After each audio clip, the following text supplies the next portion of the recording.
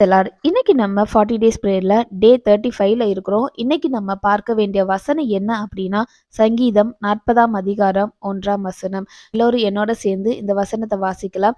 கர்த்தருக்காக பொறுமையுடன் காத்திருந்தேன். அவர் என்னிடமாய் சாய்ந்து என் கூப்பிடுதலை கேட்டார்.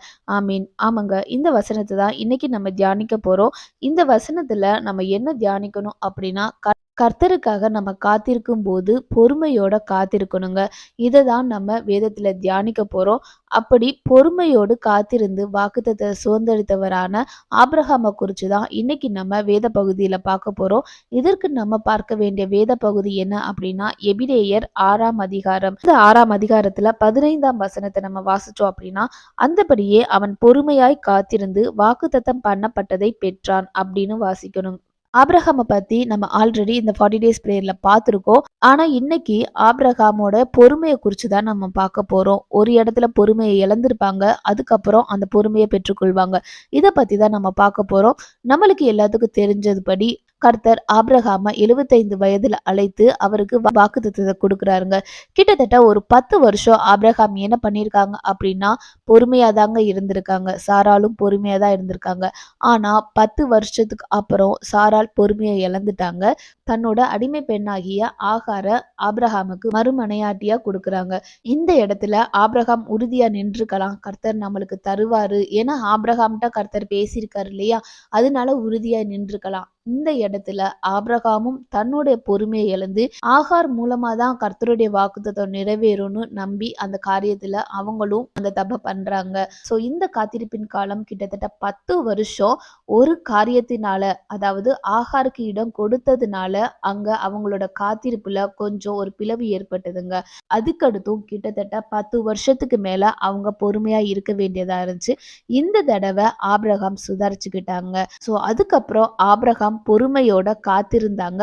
99 வயசுல கர்த்தர் இனி ஆபிரகாம் நம்மிடமா தான் இருப்பாங்க அப்படின்னு ஆபிரகாம் மேல ஒரு நம்பிக்கை வந்துச்சுங்க. அதுக்கப்புறம் கர்த்தர் என்ன பண்றாரு அப்படின்னா ஆபிரகாமுக்கு ஒரு குமாரனை கொடுக்கிறாரு. குமாரனை கொடுத்து அவரை ஆசீர்வதிக்கிறாருங்க. சோ இந்த மாதிரி ஆபிரகாம் பொறுமையோட காத்திருந்து ஈசாக்க பெற்றாங்க. பொறுமையை இழந்ததுனால இஸ்மவேலை பெற்றாங்க. பொறுமையோடு இருந்ததுனால ஈசாக்க பெற்றாங்க. இந்த காத்திருப்பின் காலத்துல இந்த 40 டேஸ் பிரேயர்ல நீங்க டெய்லியும் அட்டென்ட் பண்றவங்களா இருப்பீங்க.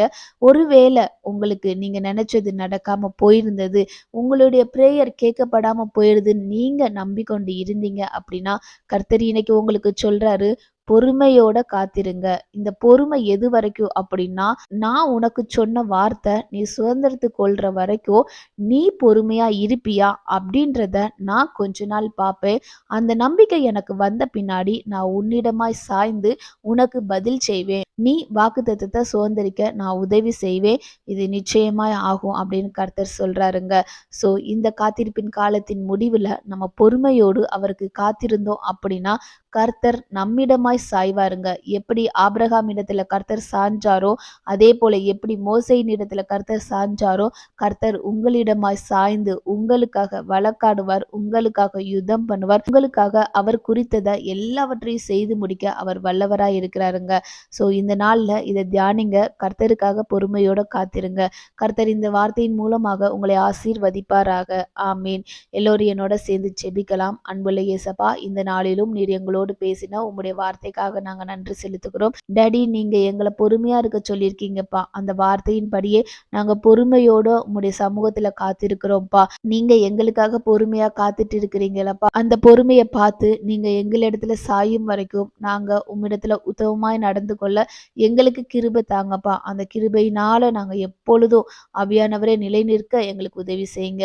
கூட இருங்கப்பா, வழி நடத்துங்க. எல்லாவற்றையும் உம்முடைய கரத்திலே நாங்கள் ஒப்பு கொடுக்கிறோம். நீங்களே பொறுப்பெடுத்து வழி நடத்தி கொள்ளுங்க. இயேசுவின் நாமத்தினாலே ஜெபித்து ஜெயம் எடுக்கிறோம் ஜீவனுள்ள நல்ல பிதாவே. ஆமீன். God bless you. Jesus loves you.